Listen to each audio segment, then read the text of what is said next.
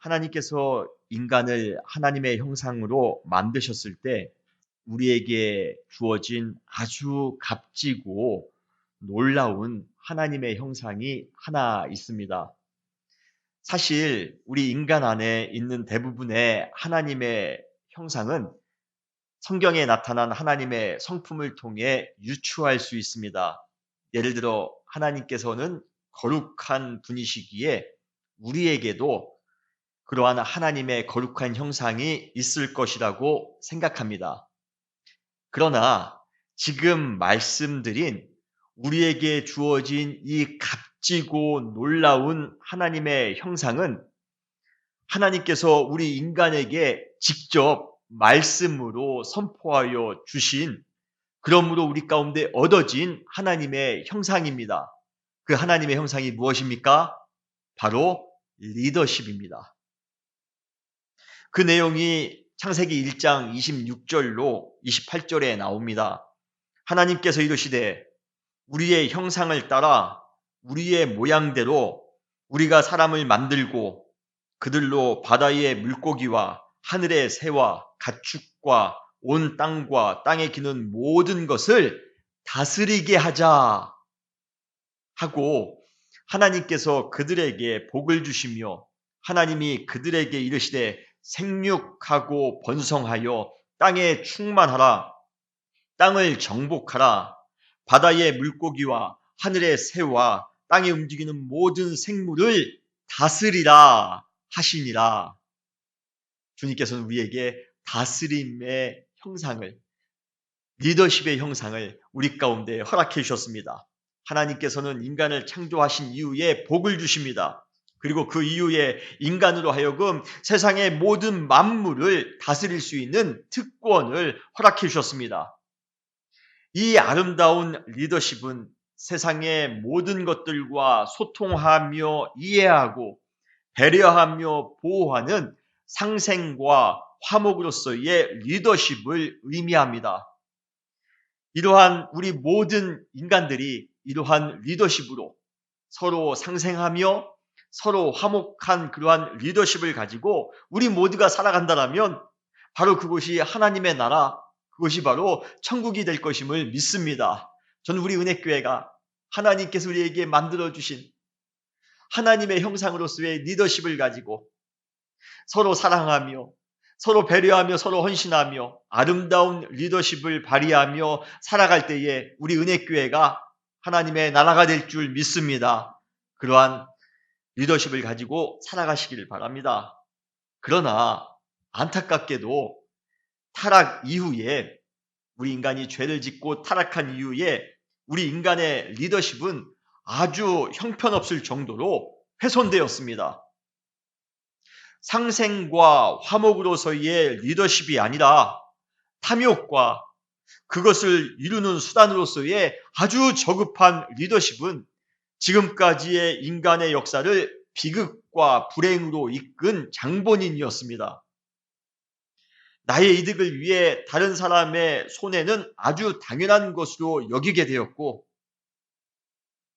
이 세상의 모든 질서와 이 세상의 모든 이익은 나를 중심으로 해서만 돌아가야 된다라는 자기 중심주의에 빠지게 되었으며, 그것을 방해하는 것이나 사람들은 누구나 할 것 없이 가차없이 언제든 제거될 수 있다라고 위협합니다. 그것이 우리의 왜곡된 리더십, 잘못된 리더십 때문에 생기는 것입니다.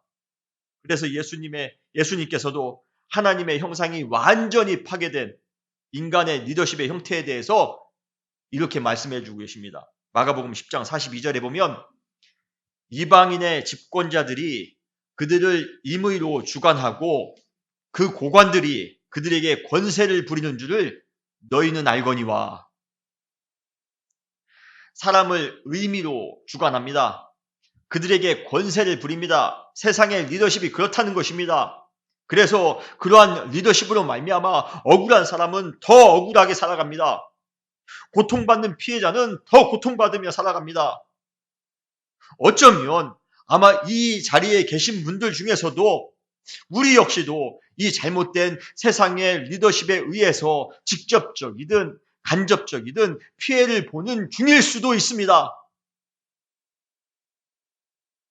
이 세상의 온갖 부조리, 부패, 불의, 미움, 탐욕, 거의 대부분 이러한 잘못된 리더십의 소산일 때가 많이 있습니다. 그런데 참 아이러니한 게 하나가 있습니다. 하나님의 형상이 파괴된, 그래서 전혀 제 기능을 하지 못하고 있는 이 고장난 리더십인데도 불구하고 이 세상의 수많은 사람들이 아직도 그 리더십을 동경하며 살아간다는 것입니다. 참 희한하죠? 참 아이러니하죠? 잘못된 리더십에 의해서 억압과 고난을 당하면서도 자신을 억압하며 고통을 주는 사람의 자리를 탐내며 살아간다는 것입니다. 자신도 똑같이 그렇게 해보고 싶은 것이에요. 군림해 보고 싶고 권세를 부리고 싶은 것입니다.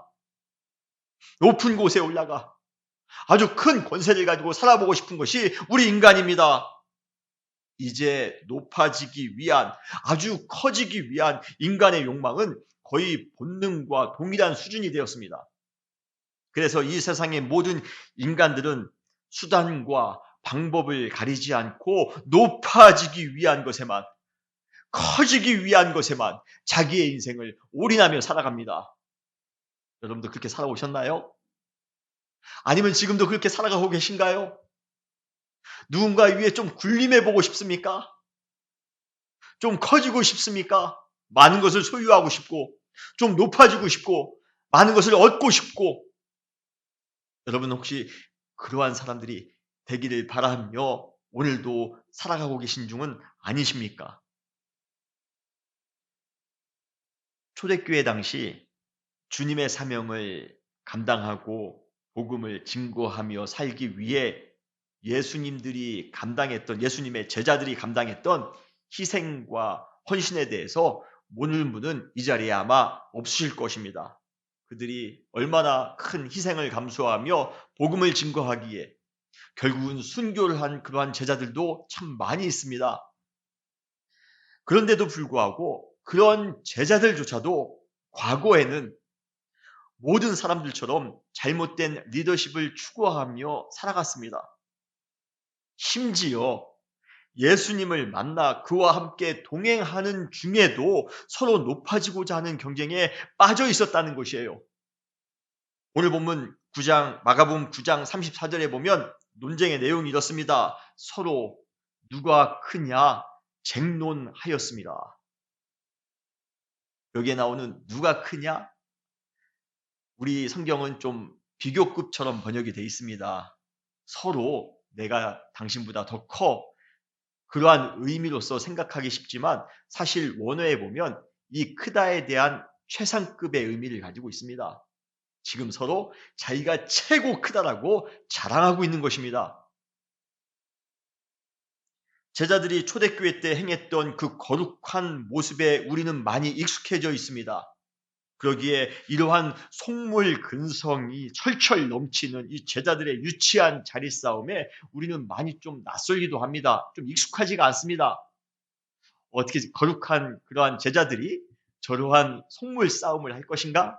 우리는 좀 이해가 되지 않기도 합니다만, 그런데 이러한 누가 크냐의 논쟁이 우리가 생각했던 것보다 훨씬 더 심각한 문제가 있습니다. 이유가 있습니다. 그것은 바로 먼저 이 논쟁의 시기 때문입니다. 이 논쟁이 지금 언제 이루어지고 있느냐? 그 시기가 문제입니다. 어느 때입니까? 만일 이 유치한 논쟁이 누가 크냐, 내가 더 크다, 내가 제일 크다 라는 이러한 논쟁이 예수님께서 제자들을 처음 불렀을 때였다라면 좀 이해할 만합니다. 아직 세상 때가 완전히 식기지 않았기 때문에 세속적인 욕망이 잠깐 드러날 수 있었을 수도 있습니다. 그러나 오늘 본문의 마가복음 9장은 제자들이 예수님을 만나 그분을 따라다닌 지 이미 3년이 넘었던 시기입니다. 3년이 넘은 시기입니다. 속담에 그런 속담이 있죠? 서당께 3년이면 뭐를 읊습니까? 풍어를 읊습니다.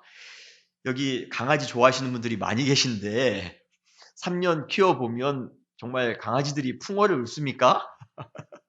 저는 안 키워봐서 모르겠습니다. 고양이도 모르겠습니다. 예수님을 3년 이상 따라다녔으면 어느 정도 예수님처럼 좀 사는 모습을 보여야 되지 않을까요? 좀 흉내라도 내야 되지 않을까요? 예수님의 삶의 모습을 좀 풍기며 살아가야 되지 않을까요? 그동안 제자들은 예수님으로부터 산상수훈이라는 그 엄청난 내용의 설교도 들었습니다. 아주 주옥 같은 천국의 비유도 들었습니다. 예수님의 제자들이라면 어떠한 사명을 가지고 살아가야 될 것인가에 대한 제자의 도를 정확하게 배우기도 했습니다. 수많은 병자들이 고침을 받는 기적도 그들은 두 눈으로 목격하였습니다. 오병이어의 예수님의 능력도 경험했습니다.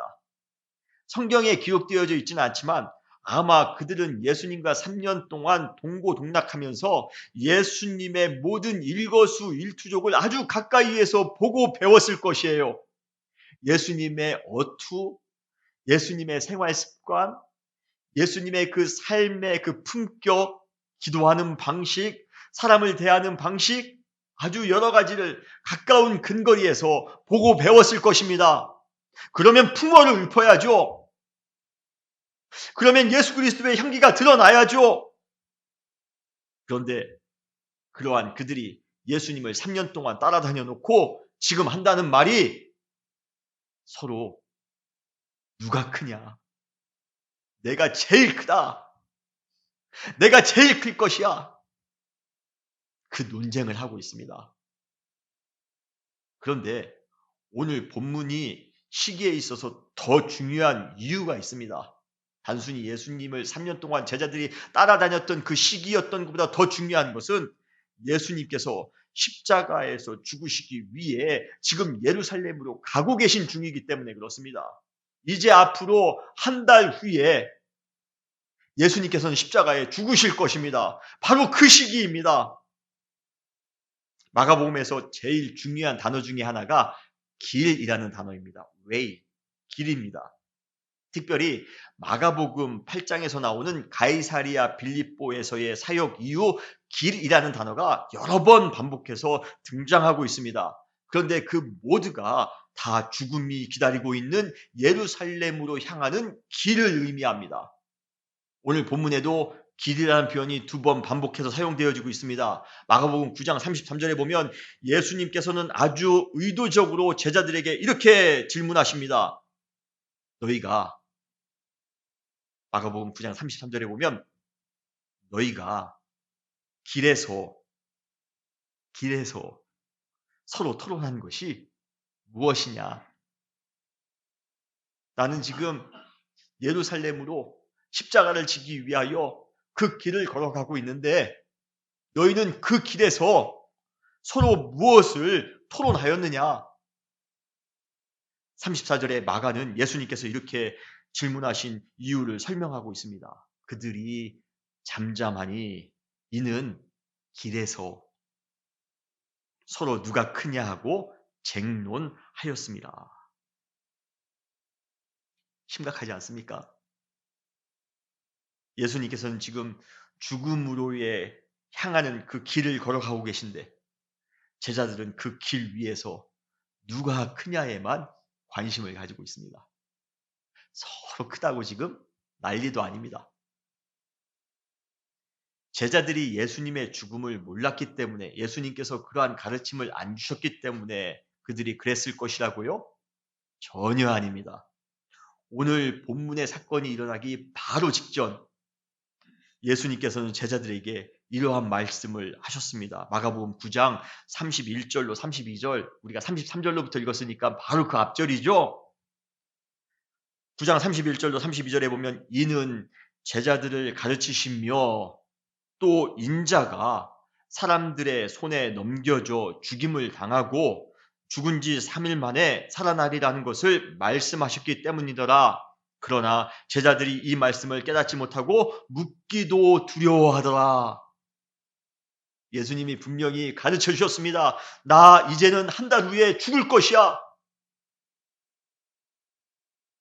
제자들이 예수님을 3년 동안 따라다녔습니다. 그리고 십자가의 죽음까지 이제 얼마 남지 않았습니다. 그런데 바로 이 시기에 제자들은 아직도 크고 높아지고자 하는 욕망 속에서 전혀 벗어나고 있지 못하고 있습니다. 오히려 그들은 그러한 유치한 싸움은 아마 시간이 갈수록 더욱더 진흙탕 싸움으로 번지고 있는 것 같습니다.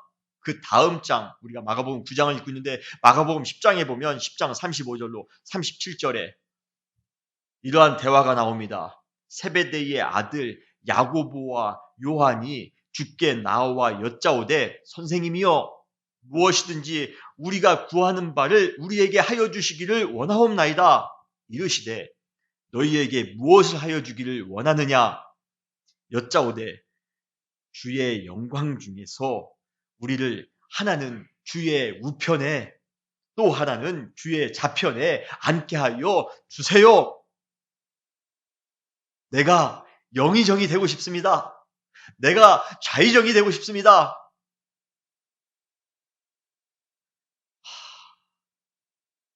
우리의 얼굴을 화끈거리게 만드는 너무도 노골적인 이 자리 부탁에 죽음을 얼마 남지 않은 주님께서 어떠한 생각을 하셨을까? 그것도 핵심이라고 생각했던 그 제자들입니다. 야고보와 요한 아닙니까? 바로 그 순간 다른 제자들의 반응은 더 가관입니다. 마가복음 10장 41절에 보면 열 제자가 듣고 야고보와 요한에 대하여 화를 내거늘 내가 먼저 말했어야 되는데 내가 먼저 그 자리를 탐했어야 되는데 아니 저 요한과 저 야고보가 먼저 이야기하다니 서로 분노를 갖습니다. 화를 갖고 있습니다. 높은 자리에 달라고 떼쓰는 제자들을 하며 그러한 제자들을 향하여 서로 시기와 질투심으로 화를 내는 또 다른 제자들. 아주 꼴들이 점입 가경입니다. 참 유치한 싸움들입니다. 가끔 이 구절을 읽으면서 예수님의 마음이 어땠을까 생각해 보았습니다. 만약 제가 예수님이라면 다 제자들 불러놓고 꿀밤 한 대씩 다 때렸을 것 같아요. 아니 3년 동안 쫓아다녀 놓고 내가 지금 십자가의 길을 향하여 걸어가고 있는데 아직도 자리 타령하고 영의정이 되고 싶고 좌의정이 되고 싶고 높아지고 싶고 군림해보고 싶고 아니 그게 지금 무슨 말이야. 얼마나 속상하시겠습니까? 그런데 어떻게 예수님으로부터 3년씩이나 배워놓고 그런 아주 치사한 아주 유치한 논쟁을 할 수 있단 말인가 생각해 보면서 우리 인간의 뼛속까지 아주 뼛속 깊이까지 새겨져 있는 그 높아짐의 욕망 아주 크고자 하는 그러한 욕망이 얼마나 강력한 것인가를 깨닫게 됩니다. 우리도 뭐 실수하지 않을 것 같다고요? 우리는 잘할 수 있을 것 같다고요? 우리는 예수님을 3년 따라다니면 제자들보다는 훨씬 나을 수 있을 것 같다고요? 우리 역시 오랫동안 신앙생활을 해왔어도 교회를 10년 다니고 20년을 다녀도 우리가 수많은 그러한 은사를 가지고 있다고 할지라도 뭐 방언의 은사, 통변의 은사, 기적의 은사를 가지고 있다 할지라도 우리가 큰 직분을 가지고 있다 할지라도 내가 장로님이고 내가 집사님이고 내가 목사님이다 할지라도 얼마든지 우리도 누가 크냐의 문제로 다툴 수 있다는 것입니다. 교회 안에서 그러한 문제로 다투었기 때문에 어려움을 당하는 교회가 우리 주변에도 여러 교회가 있습니다. 같이 모여서 상의할 때마다 누가 높은가에 대한 경쟁을 합니다. 사역을 할 때도 누가 높은가? 내가 제일 높다는 것입니다. 내가 제일 잘한다는 것입니다. 내 주장만이 옳다는 것입니다. 그러면 교회가 어려워질 뿐만 아니라 수많은 고통이 찾아올 수가 있습니다. 그래서 본문의 제자들만 나무랄 것이 아니라 우리 역시도 조심해야 됩니다. 사랑하는 은혜교회 성도 여러분, 우리 안에 높아짐에 대한 그러한 유혹에서 항상 깨어 조심하시는 그러한 삶을 살아가시는 여러분 되시기를 주님의 이름으로 축원합니다. 그런데 바로 그때 예수님께서는 서로 누가 높은가, 서로 누가 크냐로 논쟁하고 있는 그 제자들, 그리고 21세기를 살아가고 있는 우리 모든 성도님들을 위해 정말 진정으로 큰 자는 이러한 사람이야 라고 말씀해 주고 계십니다. 이제 교회와 신앙 공동체 안에서 누가 크냐의 문제가 생길 때마다 진정으로 큰 자가 누구인가에 대한 그러한 가이드라인을 예수님께서는 제시하신 것입니다. 앞으로 우리 은혜교회에서도 가장 큰 자는 직분이 높은 목사님이나 장로님이 아닙니다. 여기 장로님 계신데 죄송합니다. 저도 같이 끼어 들어갔으니까. 목사님도 아니고 장로님도 아닙니다.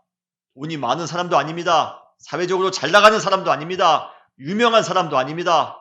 우리 은혜교회에서 가장 큰 자는 누구입니까? 바로 예수님께서 이 가이드라인을 제시해 주신 거기에 합한 사람이 큰 자가 될 수가 있습니다. 그렇다면 그 큰 자는 누구입니까?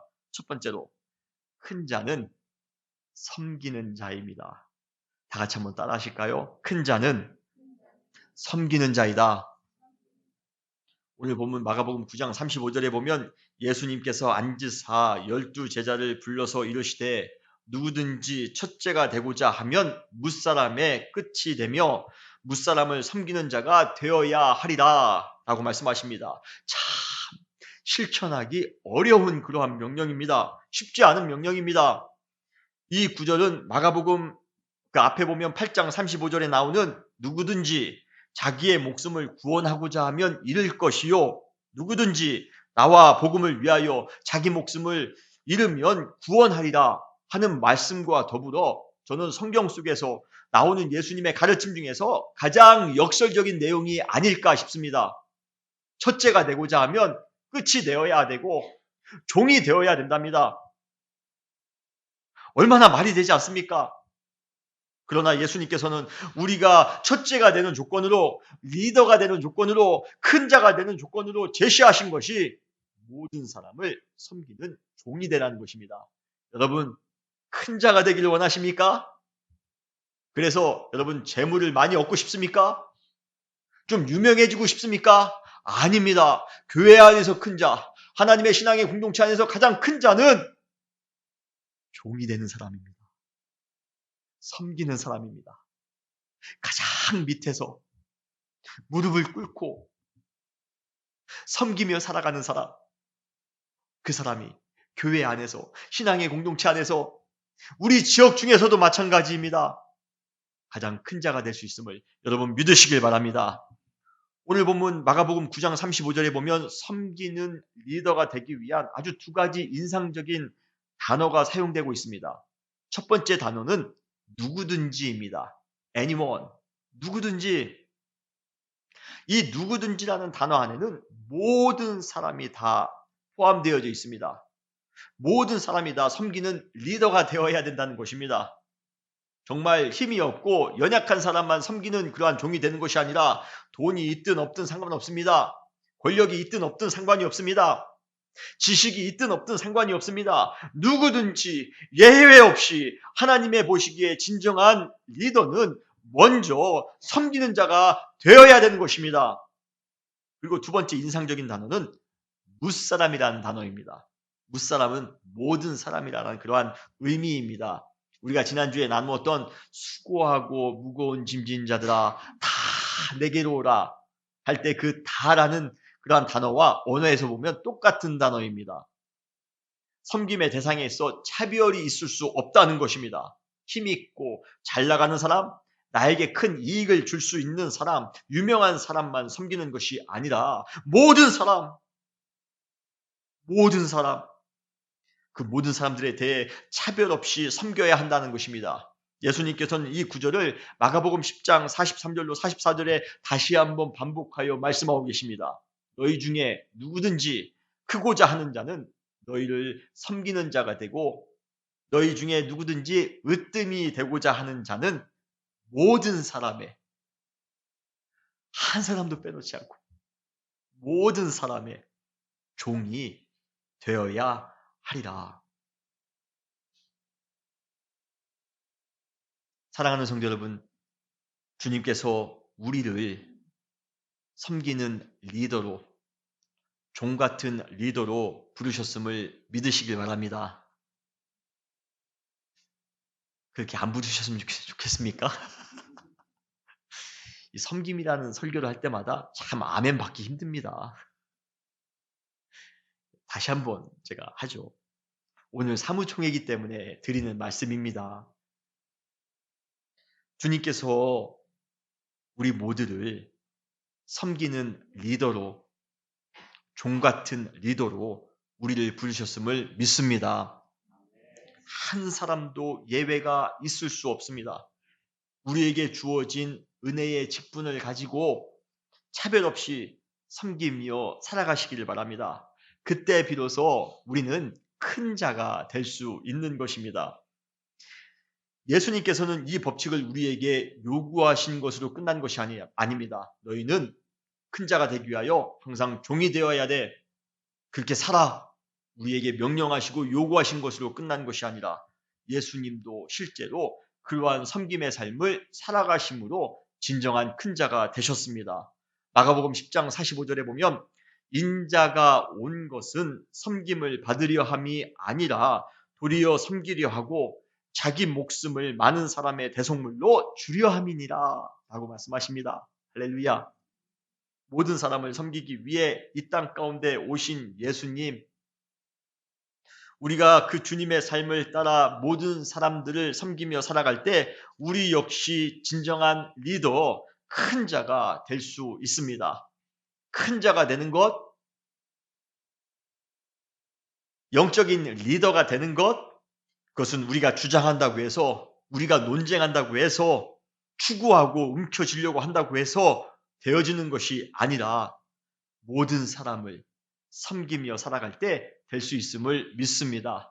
사랑하는 은혜교회 성도 여러분, 모든 사람을 사랑으로 섬기며 살아갈 때에 주님께서 여러분들을 가장 높은 곳에 세워주실 줄 믿습니다. 두 번째로 예수님께서 제시하신 큰 자는 바로 연약한 아이처럼 연약할지라도 최선을 다해 섬기라는 것입니다. 사실 이것은 첫 번째 섬기는 자가 되어야 된다는 것과 거의 비슷한 의미입니다. 그런데 두 번째 이 내용은 좀 더 겸손한 마음을 강조하고 있는 것입니다. 첫 번째에는 큰 자가 되고자 한다면 무사람을 섬겨야 된다고 말하고 있습니다. 그런데 이 두 번째에는 그 무사람 중에서 한 그룹을 택합니다. 그것이 누구입니까? 바로 한 어린 아이입니다. 이 어린아이에게 집중하여 지금 예수님께서는 우리에게 가르쳐주고 계십니다. 마가복음 9장 36절에 보면 예수님께서 갑자기 제자들 주변에 있었던 어린아이 하나를 데리고 오셔서 제자들 가운데 세우시고 말씀하는 장면이 나옵니다. 36절에 어린아이 하나를 데려다가 그들 가운데 세우시고 안으시며 제자들에게 이르시되 라고 말씀하십니다. 그런데 여기에 보면 아주 예수님의 그 인자한 모습, 그런 모습을 유추할 수 있는 표현이 하나가 나옵니다. 그 표현이 무엇입니까? 바로 안으시며 라는 표현입니다. 저는 어제 이 구절을 읽는데 본문에 볼 때 그리 중요한 단어는 아닌데도 불구하고 이 구절을 읽는 순간 주님께서 마치 이 어린아이뿐만 아니라 나도 안아주시는 것 같은 그러한 느낌을 받았습니다. 사실 오늘 본문은 긴장의 연속입니다. 예수님의 사역을 전혀 이해하지 못하고 큰 자 타령만 하고 있는 제자들과 그러한 제자들을 보면서 속 터져 하면서 이번만큼은 저 제자들에게 진정한 큰 자가 누구인가를 내가 제대로 가르쳐줘야 되겠다 생각한 예수님 사이에는 정말 큰 긴장이 있습니다. 가르침의 긴장의 현장. 그런데 그러한 서먹한 긴장의 순간 속에서도 예수님은 아이를 보자 먼저 안아주십니다. 이것은 뭔가 의도된 행동이 아니라 너무도 자연스러운, 그냥 예수님께서 일상적으로 하시는 몸에 밴 행동이 아니었을까 싶습니다. 우리 아이들을 보면 아기들 귀여워하는 분들은 아기들만 보면 너무 사랑스러워 꼭 한번 안아주고 싶습니다. 그렇지 않습니까? 또 우리 교회 아까 말씀드린 대로 강아지를 사랑하시는 분들이 참 많이 계신데 그런 분들은 강아지만 보면 귀여워서 우리 아까 제니퍼 리 집사님도 강아지만 보면 막 안아주려고 하고 쓰다머 주려고 하고 자연스러운 행동입니다. 사랑하는 사람을 보면 자연스럽게 나오는 행동이 안아주는 것입니다. 저는 이 안으면서라는 표현을 통해 예수님의 그 일상적인 다정함을 느낄 수 있었습니다. 예수님이 누구한테 보이려고 지금 이렇게 안아주신 거 아닙니다. 지금 제자들이 있으니까 내가 한번 이미지 좀 살려볼 겸 아이를 한번 내가 안아줘야 되겠다. 의도되지 않았습니다. 아주 그 긴장감이 넘치는 교육 시간에 그냥 아이가 오는데 그냥 너무 귀여워서 안아준 것입니다. 사람이 다정해야 됩니다. 사랑하는 은혜교회 성도 여러분, 예수님처럼 삶 속에서 다정함이 항상 자연스럽게 배어 넘치는 그러한 귀한 삶을 살아가시는 여러분 되시기를 주님의 이름으로 축원합니다. 그런데 그 예수님께서는 어린아이 하나를 세워놓으시고 제자들을 향하여 큰 자가 되기 위한 두 번째 방법을 구체적으로 말씀하십니다. 오늘 마가복음 9장 37절입니다. 누구든지 내 이름으로 이런 어린아이 하나를 영접하면 곧 나를 영접함이요. 누구든지 나를 영접하면 나를 영접함이 아니요. 나를 보내신 이를 영접함이니라. 여기에 나오는 영접하다라는 단어는 어떤 사람을 손님처럼 환대한다라는 그러한 의미 이상의 마치 자기 자녀를 기르고 교육시키는 것처럼 그 아이를 나의 가족의 구성원으로 받아들이겠다라는 그러한 의미를 가지고 있습니다. 그냥 밥 한 끼 준다는 의미가 아니라 그냥 한번 안아준다라는 그러한 의미가 아니라 여기에 나오는 영접하다라는 단어는 나의 가족의 구성원으로 내가 저 아이를 받아들이고 내가 저 아이를 키우며 내가 저 아이를 교육시키겠다라는 내가 저 아이에게 책임을 내가 온전히 져야 되겠다라는 그러한 의미를 가지고 있습니다. 지금은 아동에 대한 인권이 매우 강조되어 있습니다. 어린 아이들을 보호하기 위한 그러한 법과 제도적인 장치들이 어느 시대보다도 강화되어져 있습니다. 그러나 오늘 본문은 지금부터 2000년 전입니다. 그때는 그렇지 못했습니다. 아이들은 값싼 소모품처럼 취급되기 일쑤였습니다. 그들의 권리는 전혀 보장받지 못했던 시대입니다. 무시당하기 쉽고 연약한 그들의 성장을 위해 누군가의 도움이 절대적으로 필요한 그러한 대상들이 그 어린아이들이었습니다. 그러한 어린아이들을 마치 나의 자녀처럼 영접하는 것은 겸손한 섬김이 없이는 절대로 불가능합니다. 때묻지 않은 아주 순수한 섬김이 없이는 우리가 그 아이들 나의 아이처럼 받아들이기가 쉽지가 않습니다. 특별히 여기에 보면 이 어린아이를 영접할 때 그냥 영접하는 것이 아니라 예수 그리스도의 이름으로 그를 영접하라라고 말씀하고 있습니다. 그 아이를 불쌍하고 힘없는 아이로 생각하고 그냥 동정하듯이 영접하는 것이 아니라 만왕의 왕이신 예수 그리스도의 권능을 힘입고 있는 존귀한 자처럼 그 아이를 영접하라는 것입니다. 아무리 작은 아이라 할지라도 아무리 연약한 아이라 할지라도 섬길 때만큼은 대충 하지 말고 최선을 다해 예수님을 섬기듯 하나님께 예배드리듯 하라는 그러한 의미가 바로 오늘 본문의 말씀입니다. 사랑하는 성도 여러분, 우리가 큰 자가 되기를 원한다면 우리의 관심을 우리보다 어렵고 힘든 자, 우리의 도움이 절대적으로 필요한 사람, 사회적인 약자들, 고통받는 사람들, 위로가 필요한 사람들에게도 돌려야 합니다. 우리가 그들을 나의 자녀를 키우듯이 예수 그리스도를 섬기듯이 가장 겸손한 자세로 그리고 할 수 있는 한 최선을 다하여 섬겨야 됩니다. 사랑하는 성도 여러분, 내 이웃을 마치 예수님의 이름으로 영접하여 섬기며 살아가시는 여러분 되시기를 주님의 이름으로 축원합니다. 그때 비로소 우리는 이 세상을 살아가면서 큰 자가 될 수가 있는 것입니다. 그런데 이 어린아이를 영접하면 왜 우리가 큰 자가 될 수 있는가? 그 이유는 어린아이 하나를 영접하는 것이 바로 예수 그리스도와 하나님을 우리가 영접하는 것과 마찬가지이기 때문에 그렇습니다. 오늘 본문에 보면 마가복음 9장 37절, 저는 이것은 가장 큰 축복이 아닐까 싶습니다. 섬기며 살아가는 사람, 정말 하나님 앞에 큰 자라고 인정받는 사람에게 주어지는 가장 큰 축복이 아닐까 싶어요.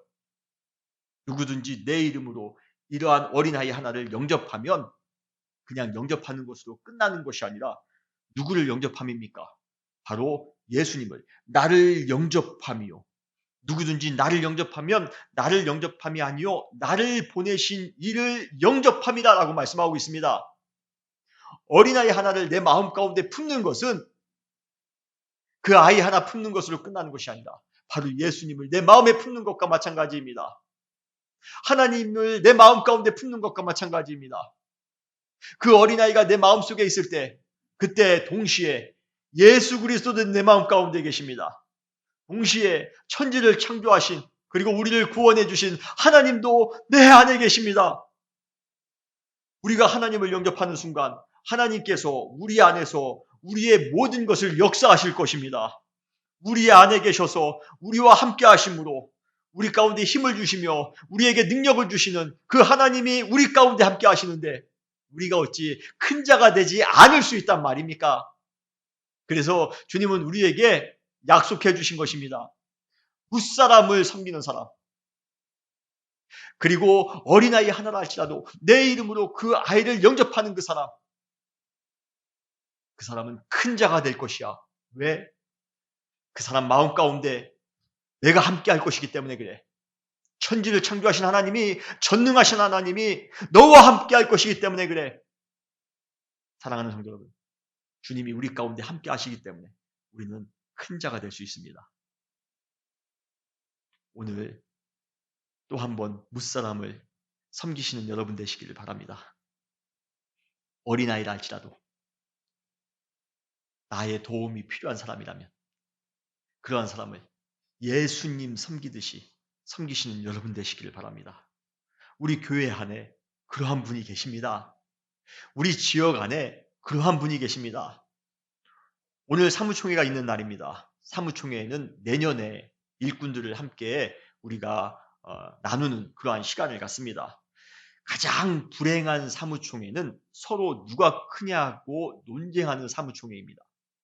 반면에 가장 은혜스러운 사무총회는 서로 섬기기 위해 자원하며 헌신을 다짐하는 사람들이 넘치는 사무총회가 바로 은혜로운 사무총회입니다. 저는 오늘 그러한 사무총회가 되기를 바랍니다. 그리고 우리 은혜교회 사랑하는 성도님들이 이 세상을 살아가면서 하나님 앞에 큰 자로 인정받는 삶을 사셨으면 좋겠습니다. 그러기 위하여 정말 낮아지는 삶을 살아갑시다. 섬기는 삶을 살아갑시다. 어린아이라 할지라도 연약한 사람이라 할지라도 그들을 사랑으로 영접하는 겸손으로 영접하는 삶을 살아가시길 바랍니다. 그때 주님께서는 우리 가운데 함께 하실 것입니다. 그때 우리는 이 세상에 어느 누구도 흔들 수 없는 큰 자, 하나님의 형상이 온전히 회복된 그러한 리더십을 가지고 살아가는 하나님의 리더가 될 것입니다. 다 같이 기도하시겠습니다.